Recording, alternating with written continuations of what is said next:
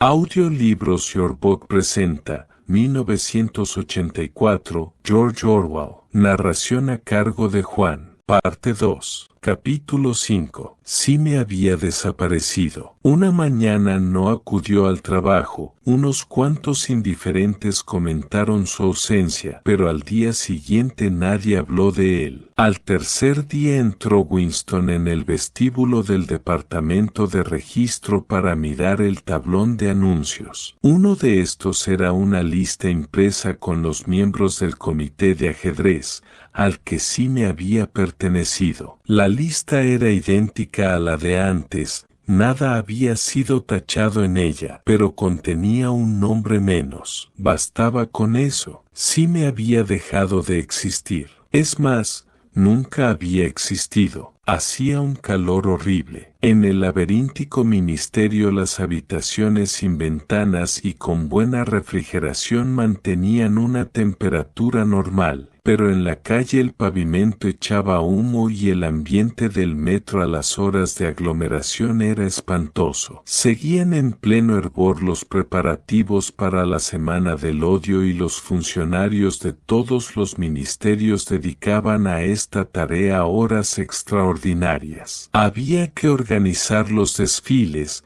manifestaciones, conferencias, exposiciones de figuras de cera, programas cinematográficos y de telepantalla, erigir tribunas, construir efigies, inventar consignas, escribir canciones, extender rumores, falsificar fotografías. La sección de Julia en el departamento de novela había interrumpido su tarea habitual y confeccionaba una serie de panfletos de atrocidades. Winston, aparte de su trabajo corriente, pasaba mucho tiempo cada día revisando colecciones del Times y alterando o embelleciendo noticias que iban a ser citadas en los discursos. Hasta última hora de la noche, cuando las multitudes de los incultos proles paseaban por las calles, la ciudad presentaba un aspecto febril. Las bombas cohete caían con más frecuencia que nunca y a veces se percibían allá muy lejos enormes explosiones que nadie podía explicar y sobre las cuales se esparcían insensatos rumores. La nueva canción que había de ser el tema de la Semana del Odio, se llamaba la Canción del Odio, había sido ya compuesta y era repetida incansablemente por las telepantallas. Tenía un ritmo salvaje, de ladridos y no podía llamarse con exactitud música. Más bien era como el redoble de un tambor. Centenares de voces rugían con aquellos sones que se mezclaban con el chas de sus renqueantes pies. Era aterrador. Los proles se habían aficionado a la canción y por las calles a medianoche competía con la que seguía siendo popular. Era una ilusión sin esperanza. Los niños de Parsons la tocaban a todas horas, de un modo alucinante, en su peine cubierto de papel higiénico. Winston tenía las tardes más ocupadas que nunca. Brigadas de voluntarios organizadas por Parsons preparaban la calle para la Semana del Odio cosiendo banderas y estandartes, pintando carteles, clavando palos en los tejados para que sirvieran de astas y tendiendo peligrosamente alambres a través de la calle para colgar pancartas. Parsons se jactaba de que las Casas de la Victoria era el único grupo que desplegaría 400 metros de propaganda. Se hallaba en su elemento y era más feliz que una alondra. El calor y el trabajo manual le habían dado pretexto para ponerse otra vez los shorts y la camisa abierta. Estaba en todas partes a la vez, empujaba, tiraba, aserraba, daba tremendos martillazos, improvisaba, aconsejaba a todos y expulsaba pródigamente una inagotable cantidad de sudor. En todo Londres había aparecido de pronto un nuevo cartel que se repetía infinitamente. No tenía palabras. Se limitaba a representar, en una altura de 3 o 4 metros, la monstruosa figura de un soldado eurasiático que parecía avanzar hacia el que lo miraba, una cara mogólica inexpresiva, unas botas enormes y, apoyado en la cadera, un fusil ametralladora a punto de disparar. Desde cualquier parte que mirase uno el cartel, la boca del arma, ampliada por la perspectiva, por el escorzo, parecía apuntarle a uno sin remisión. No había quedado ni un solo hueco en la ciudad sin aprovechar para colocar aquel monstruo. Y lo curioso era que había más retratos de este enemigo simbólico que del propio Gran Hermano. Los proles,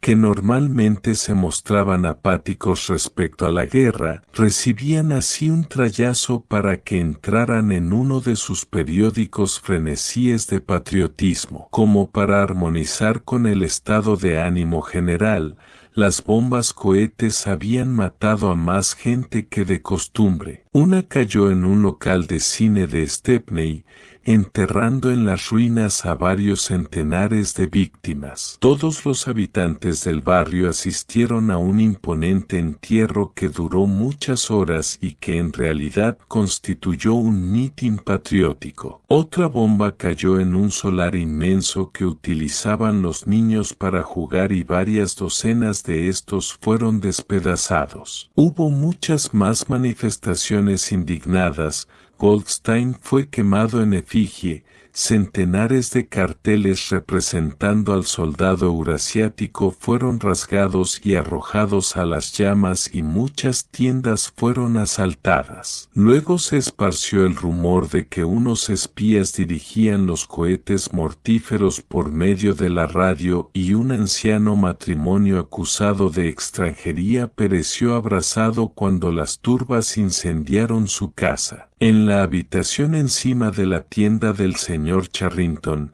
cuando podían ir allí, Julia y Winston se quedaban echados uno junto al otro en la desnuda cama bajo la ventana abierta, desnudos para estar más frescos. La rata no volvió, pero las chinches se multiplicaban odiosamente con ese calor. No importaba, sucia o limpia, la habitación era un paraíso. Al llegar echaban pimienta comprada en el mercado negro sobre todos los objetos, se sacaban la ropa y hacían el amor con los cuerpos sudorosos. Luego se dormían y al despertar se encontraban con que las chinches se estaban formando para el contraataque. 4, 5, 6, hasta 7 veces se encontraron allí durante el mes de junio. Winston había dejado de beber ginebra a todas horas. Le parecía que ya no lo necesitaba. Había engordado. Sus varices ya no le molestaban, en realidad casi habían desaparecido y por las mañanas ya no tosía al despertarse. La vida había dejado de ser intolerable, no sentía la necesidad de hacerle muecas a la telepantalla ni el sufrimiento de no poder gritar palabrotas cada vez que oía un discurso. Ahora que casi tenían un hogar, no les parecía mortificante reunirse tan pocas veces y solo un par de horas cada vez. Lo importante es que existiese aquella habitación. Saber que estaba allí era casi lo mismo que hallarse en ella. Aquel dormitorio era un mundo completo,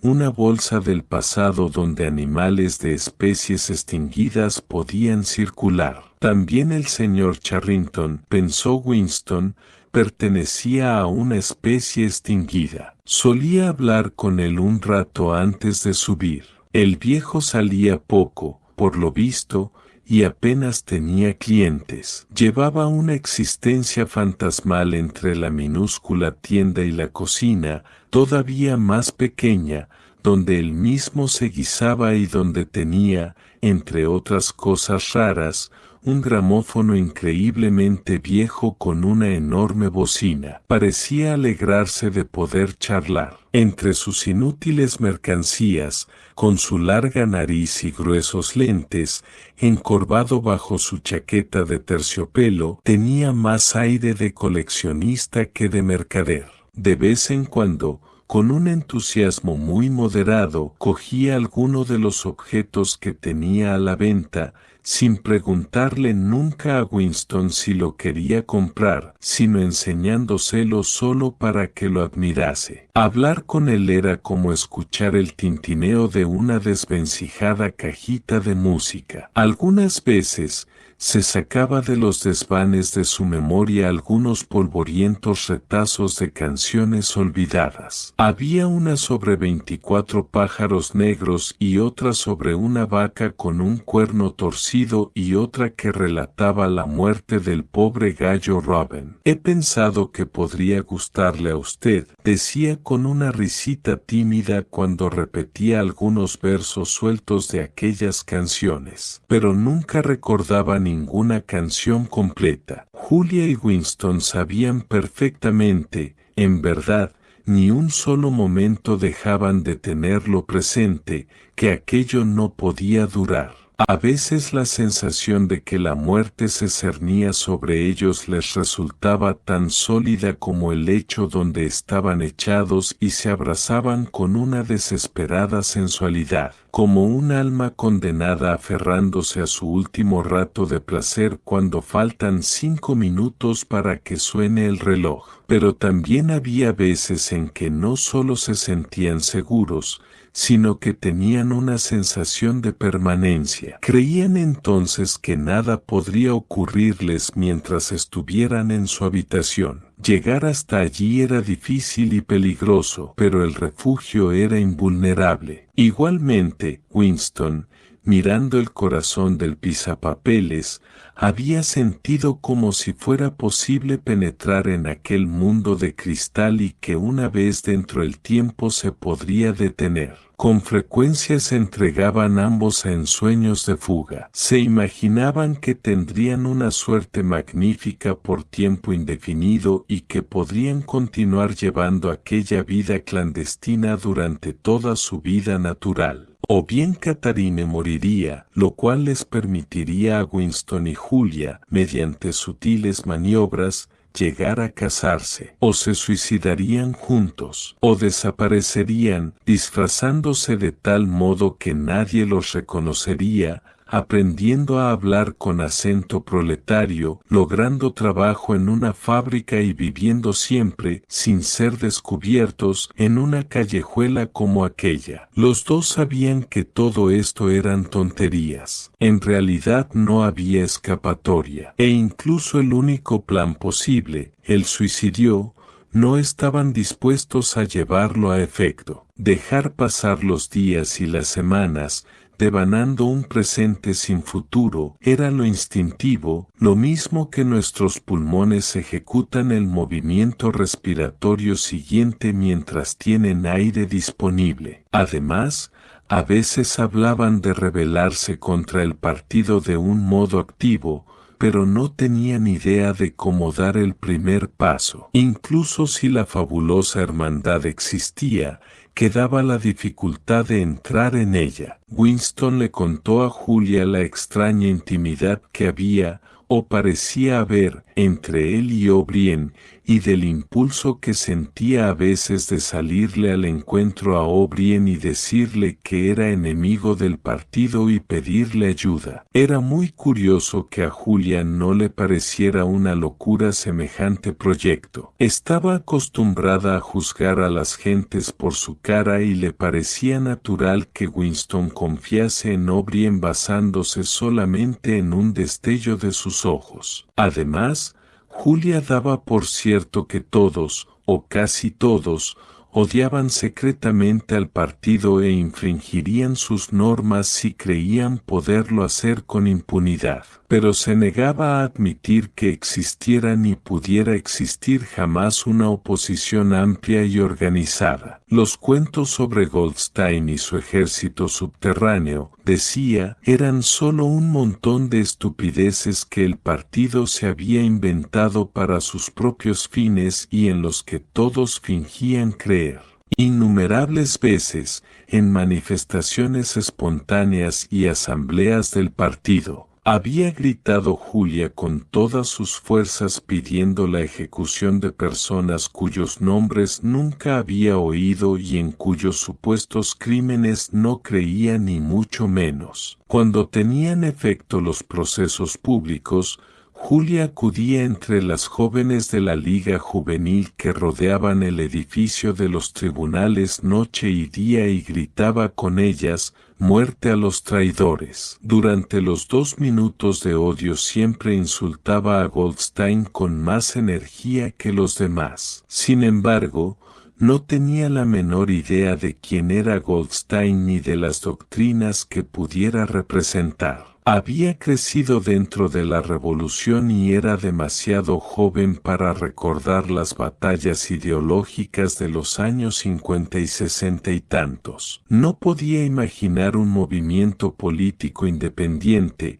y en todo caso el partido era invencible. Siempre existiría. Y nunca iba a cambiar ni en lo más mínimo. Lo más que podía hacerse era rebelarse secretamente o, en ciertos casos, por actos aislados de violencia como matar a alguien o poner una bomba en cualquier sitio. En cierto modo, Julia era menos susceptible que Winston a la propaganda del partido. Una vez se refirió él a la guerra contra Eurasia y se quedó asombrado cuando ella, sin concederle importancia a la cosa, dio por cierto que no había tal guerra. Casi con toda seguridad, las bombas cohete que caían diariamente sobre Londres eran lanzadas por el mismo gobierno de Oceanía solo para que la gente estuviera siempre asustada. A Winston nunca se le había ocurrido esto. También despertó en el Julia una especie de envidia al confesarle que durante los 2 minutos de odio lo peor para ella era contenerse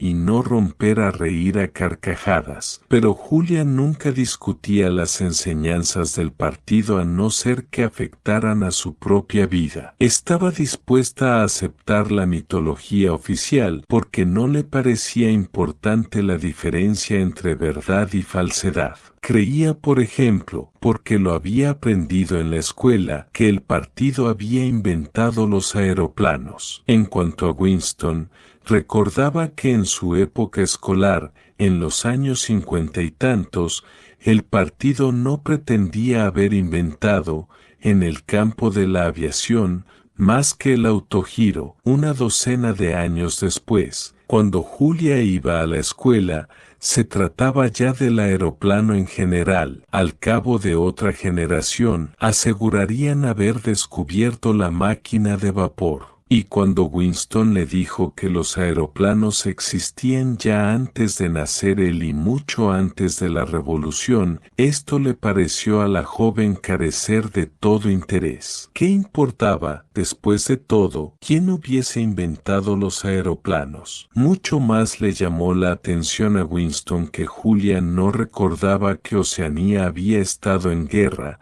hacía 4 años, con Asia Oriental y en paz con Eurasia. Desde luego, para ella la guerra era una filfa, pero por lo visto no se había dado cuenta de que el nombre del enemigo había cambiado. Yo creía que siempre habíamos estado en guerra con Eurasia, dijo en tono vago. Esto le impresionó mucho a Winston. El invento de los aeroplanos era muy anterior a cuando ella nació, pero el cambiazo en la guerra solo había sucedido 4 años antes, cuando ya Julia era una muchacha mayor. Estuvo discutiendo con ella sobre esto durante 1/4 de hora. Al final, logró hacerle recordar confusamente que hubo una época en que el enemigo había sido Asia Oriental y no Eurasia. Pero ella seguía sin comprender que esto tuviera importancia. ¿Qué más da?, dijo con impaciencia. Siempre ha sido una puñetera guerra tras otra y de sobra sabemos que las noticias de guerra son todas una pura mentira. A veces le hablaba a Winston del departamento de registro y de las descaradas falsificaciones que él perpetraba allí por encargo del partido. Todo esto no la escandalizaba. Él le contó la historia de Jones, a Aronson y Rutherford, así como el trascendental papelito que había tenido en su mano casualmente. Nada de esto la impresionaba. Incluso le costaba trabajo comprender el sentido de lo que Winston decía. ¿Es que eran amigos tuyos?, le preguntó. No,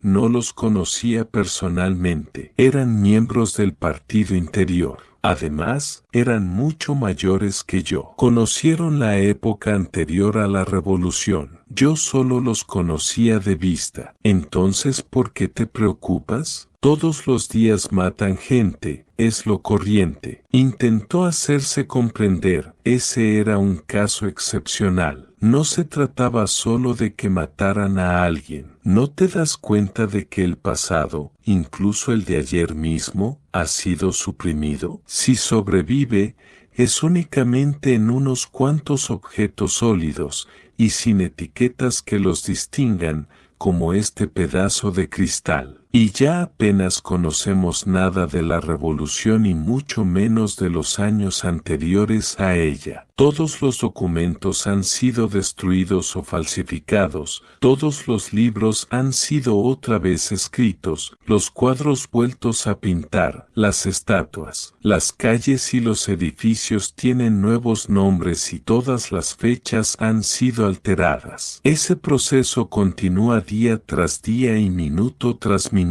La historia se ha parado en seco. No existe más que un interminable presente en el cual el partido lleva siempre razón. Naturalmente, yo sé que el pasado está falsificado, pero nunca podría probarlo aunque se trate de falsificaciones realizadas por mí. Una vez que he cometido el hecho, no quedan pruebas. La única evidencia se halla en mi propia mente y no puedo asegurar con certeza que exista otro ser humano con la misma convicción que yo. Solamente en ese ejemplo que te he citado llegué a tener en mis manos una prueba irrefutable de la falsificación del pasado después de haber ocurrido, años después. Y total, ¿qué interés puede tener eso? ¿De qué te sirve saberlo? De nada, porque inmediatamente destruí la prueba. Pero si hoy volviera a tener una ocasión semejante guardaría el papel. Pues yo no, dijo Julia. Estoy dispuesta a arriesgarme,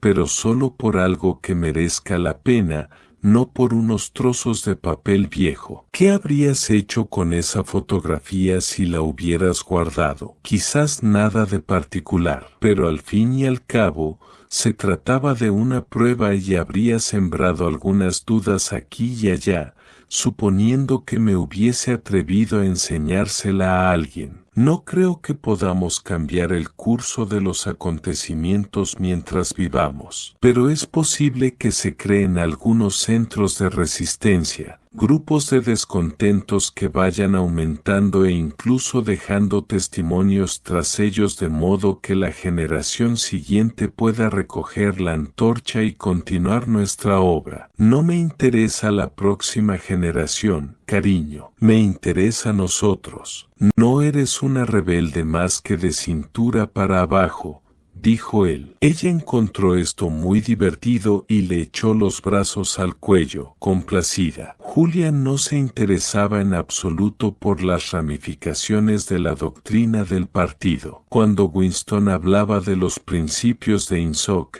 el doble pensar, la mutabilidad del pasado y la degeneración de la realidad objetiva y se ponía a emplear palabras de neolengua, la joven se aburría espantosamente, además de hacerse un lío, y se disculpaba diciendo que nunca se había fijado en esas cosas. Si se sabía que todo ello era un absoluto camelo, ¿para qué preocuparse? Lo único que a ella le interesaba era saber cuándo tenía que vitorear y cuándo le correspondía abuchear. Si Winston persistía en hablar de tales temas, Julia se quedaba dormida del modo más desconcertante. Era una de esas personas que pueden dormirse en cualquier momento y en las posturas más increíbles. Hablándole, comprendía Winston que fácil era presentar toda la apariencia de la ortodoxia sin tener idea de qué significaba realmente lo ortodoxo. En cierto modo la visión del mundo inventada por el partido se imponía con excelente éxito a la gente incapaz de comprenderla. Hacía aceptar las violaciones más flagrantes de la realidad porque nadie comprendía del todo la enormidad de lo que se les exigía ni se interesaba lo suficiente por los acontecimientos públicos para darse cuenta de lo que ocurría. Por falta de comprensión,